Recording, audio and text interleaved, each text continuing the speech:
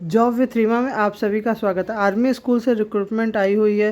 Free food and residence आपको वो provide करेंगे। सैलरी 35,000 की सैलरी वो प्रोवाइड करेंगे। गवर्नमेंट की तरफ से वैकेंसी है, लेकिन वैकेंसी कॉन्ट्रेक्चुअल बेसिस है, क्योंकि परमानेंट वैकेंसी नहीं आ रही है। हाँ, फॉर्म फिल करने से पहले मैं आपको बहुत ही एक इम्पॉर्टेंट बात बता देती हूँ। सभी लोगों का डाउट रहता है कि आर्मी स्कूल से वैकेंसी तो आती है, लेकिन उसका कुछ पता नहीं चलता है कि क्या हुआ क्या नहीं हुआ। तो मैं बता दूँ, ये मेरा अपना एक्सपीरियंस है। मेरी साथ में काम करने वाली एक टीचर का एक्सपीरियंस है, उन्होंने बताया था, जो मैं आपके साथ शेयर करती हूँ। उन्होंने अप्लाई किया था आर्मी स्कूल के लिए। फर्स्ट टाइम जब उन्होंने अप्लाई किया तो उन्होंने सिर्फ जितनी क्वालिफ़िकेशन मांगी थी इसेंशियल, उन्होंने उतनी फुलफ़िल की और भर दिया। तो उस बार तो कभी उनका कोई कॉल वगैरह कुछ भी नहीं आया। लेकिन जब नेक्स्ट टाइम आर्मी स्कूल से वैकेंसी आई तो उन्होंने जितने डिज़ायरेबल मांगा था, उसमें भी उनके पास चीज़ें थी। जैसे पोस्ट ग्रेजुएशन डिज़ायरेबल मांगा था तो वो उनके पास था। एक्सपीरियंस सर्टिफिकेट मांगा था तो वो भी मेरे साथ जिस स्कूल में थी उसमें भी उन्होंने वहाँ से एक्सपीरियंस निकलवा लिया था। उसके बाद उनके पास कंप्यूटर का नॉलेज का एक फॉर्म सर्टिफिकेट था, उसको भी उन्होंने अटैच कर दिया था। ये सारी क्वालिफ़िकेशन वगैरह उनके पास थी, तो उसको उन्होंने उसके साथ अटैच कर दिया और उसको फॉर्म फिल कर दिया। तो उनको वहाँ से कॉल आया और कॉल अटेंड होने के बाद उन्होंने इंटरव्यू दिया और उनका सिलेक्शन भी हो गया। आज वो एक अच्छे आर्मी स्कूल में वर्किंग कर रही हैं। तो इसका मतलब ये है कि अगर डिज़ायरेबल भी मांगा है तो उसको भी दें। चलिए देखते हैं नोटिफिकेशन क्या आई और कहाँ से आई हुई है। जैसे कि एक वैकेंसी है, रेगुलर अनरिजर्व कैटेगरी में वैकेंसी है। मेडिकल ऑफिसर की वैकेंसी है। एक कॉन्ट्रैक्चुअल अनरिजर्व कैटेगरी में वैकेंसी है। क्वार्टर मास्टर्स की रेगुलर वैकेंसी है। ओके, ये कॉन्ट्रैक्चुअल नहीं है।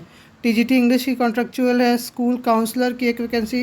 ये सारी जो वैकेंसी अनरिजर्व, मतलब किसी भी आप कैटेगरी से बिलोंग करते हो आप इसके लिए अप्लाई कर सकते हैं। स्कूल काउंसलर की, बैंड मास्टर की, क्राफ्ट एंड वर्कशॉप इंस्ट्रक्टर की, हॉर्स राइडिंग इंस्ट्रक्टर की, एलडीसी की, सिस्टम एडमिनिस्ट्रेटर, आईटी हार्डवेयर और नेटवर्किंग की। क्वार्टर मास्टर की क्वालिफ़िकेशन अगर देख लेते हैं तो बीए या फिर बीकॉम होनी चाहिए। सेकेंड, एटलीस्ट 5 ईयर्स का एक्सपीरियंस एज यूडीसी स्टोर्स मांगा है।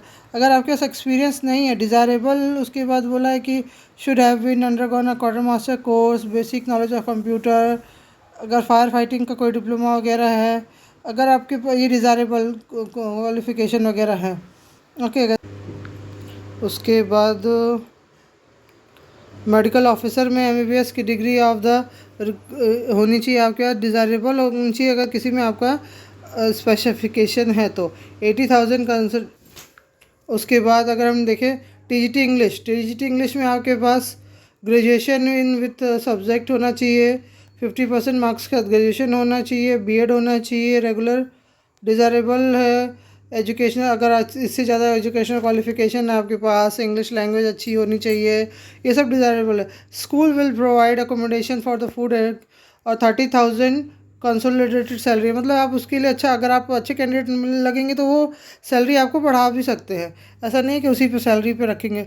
स्कूल काउंसलर में है ग्रेजुएशन और post graduation in psychology with diploma in counselling.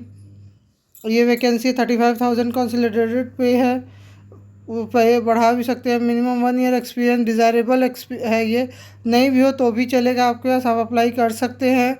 Band master की है, एसेंशियल क्वालिफिकेशन है। Potential band master, band major, drum major course.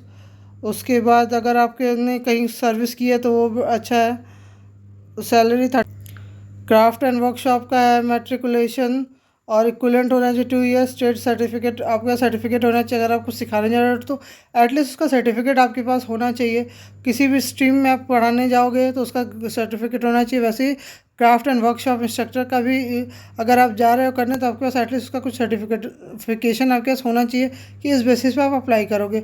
Horse riding instructor का भी दिया हुआ है कि हॉर्स राइडिंग अच्छी होनी चाहिए।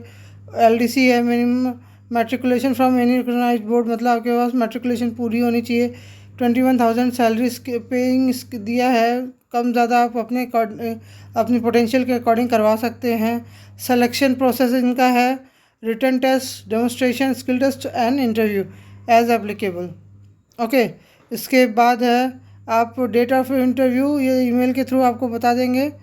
उसके बाद हाँ, यहाँ हम हमारे जो काम किए वो देख लेते हैं। Application fee 300 for the general category and 200 for the ST SC OBC category non refundable. Okay, आपको ये जो देना है डिमांड ड्राफ्ट बना के देना है, ईमेल और contact number along with the test. देखिए पूरा ये application is to be submitted on the prescribe forma with a recent photograph giving with the full address and resume with email and contact number compulsory along with the attested copies of mark sheet, other testimonial and a demand draft for 300 rupees for general category and 200 for the SC ST OBC categories non refundable drawn in the favor of principal Sainik School Golpara payable to at State Bank of India Morani. ये इनका दिया हुआ address और आपको किस post के लिए आप अप्लाई कर रहे हैं वो भी लिखना है। एप्लीकेशन फॉर द पोस्ट, जो भी पोस्ट के लिए आप अप्लाई कर रहे हैं उसके आगे रेगुलर और कॉन्ट्रेक्चुअल वो भी लिख देना है। Okay, application without demand draft and receive after last date of receipt will not be accepted. Last date for the receipt of application is 27 September. Okay, ये उनका पोस्टल एड्रेस दिया है। इसी एड्रेस पे आपको सब कुछ अपना क्या क्या भेजना है। आपका CV होना चाहिए, आपका मार्कशीट का कॉपी होना चाहिए, सेल्फ अटेस्टेड होना चाहिए, पासपोर्ट साइज फ़ोटोग्राफ होनी चाहिए, आपका उस पर ईमेल एड्रेस और कॉन्टैक्ट नंबर एकदम साफ साफ शब्दों में लिखा होना चाहिए और 300 रुपये का डिमांड ड्राफ्ट जनरल कैटेगरी के लिए और 200 रुपये का डिमांड ड्राफ्ट ST SC और OBC कैटेगरी वालों के लिए प्रिंसिपल सैनिक स्कूल गोलपारा के नाम से स्टेट बैंक ऑफ इंडिया का डिमांड ड्राफ्ट बना हुआ होना चाहिए। ओके, ये इनका एप्लीकेशन फॉर्मेट है। इसको डाउनलोड करके इसको भर के उस इन्वॉलप में, जिस इन्वॉलप को आप उस एड्रेस पर भेजेंगे उसमें इसको भी साफ साफ शब्दों में लिख कर और यहाँ पर अपनी एक फ़ोटोग्राफ लगाकर उसको पूरा complete address, permanent address, qualification वगैरह सब कुछ मेंशन करके अच्छे से साफ कोई फॉर्म भरें तो उसको साफ साफ शब्दों में भरें, ताकि अगर वो सिर्फ आपका फॉर्म देख के एक बार की सोचे कि हाँ इस इंसान को या इस टीचर को ज़रूर कॉल करना चाहिए, क्योंकि जिसकी हैंडराइटिंग अच्छी है, कहते हैं ना first impression is the last impression.